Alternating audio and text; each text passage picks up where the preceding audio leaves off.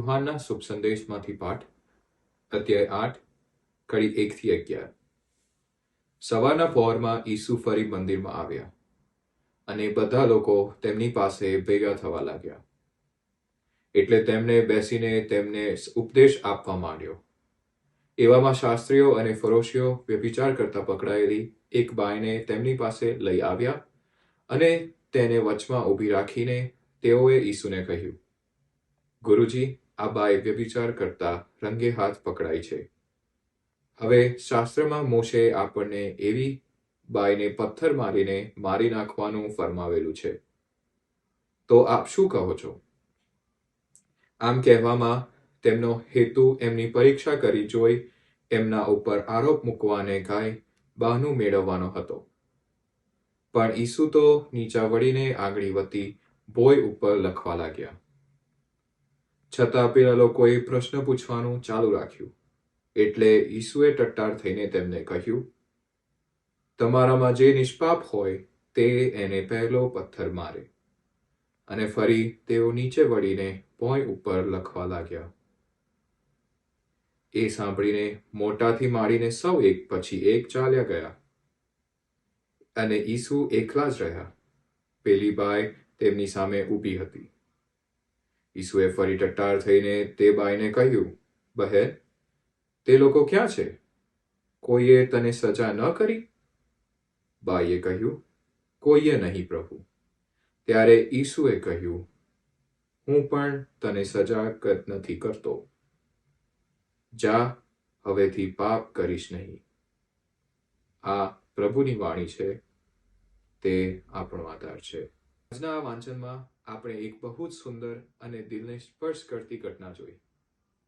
એક બાઈ જેને લોકો પથ્થર મારવા લઈ આવ્યા હતા, ઈસુએ તેને માફ કરી એને નવું જીવન આપ્યું. આ પ્રસંગમાં આપણને એક મોટો સવાલ થાય છે. ઈસુ શા માટે નીચા વળીને જમીન ઉપર લખવા લાગ્યા?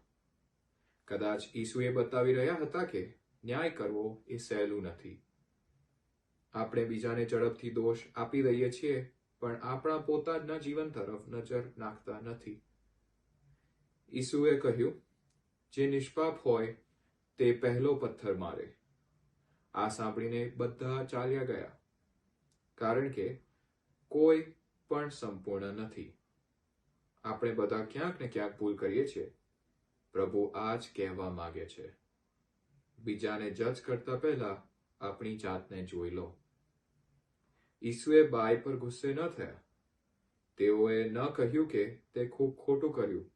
તેઓએ ફક્ત કહ્યું, જા, હવેથી પાપ કરીશ નહીં. આ છે ઈશ્વરની દયા અને ક્ષમા.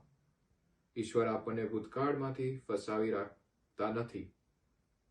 તેઓ આપણને નવી શરૂઆત આપે છે. આપણા જીવનમાં પણ એવા સમય આવે છે જ્યારે આપણે ભૂલ કરીએ છીએ અને આપણને લાગે છે કે હવે ઈશ્વર આપણને માફ નહીં કરે. પણ આ સત્ય આપણને કહે છે કે ઈશ્વર હંમેશા માફ કરે છે. ફક્ત આપણને તેમની પાસે સાચા દિલથી જવાની જરૂર છે. અને સાથે સાથે આપણે બીજાઓ સાથે પણ આવી જ દયા રાખવી જોઈએ. જ્યારે કોઈ ભૂલ કરે ત્યારે તેને જજ ન કરીએ અને પ્રેમ અને સહારો આપીએ. પ્રભુ ઈસુ આ પ્રસંગ દ્વારા આપણને 3 વસ્તુ શીખવે છે.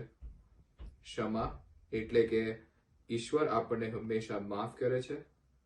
નમ્રતા એટલે કે બીજાને જજ કરતા પહેલા આપણી જાતને જોઈએ. અને શરૂઆત એટલે કે ભૂતકાળને ભૂલીને આગળ વધવું. પ્રભુ ઈસુ, અમને શક્તિ આપો કે અમે ક્ષમા આપી શકીએ, કોઈને જજ ન કરીએ અને હંમેશા તમારા પ્રેમમાં ચાલીએ. આમેન.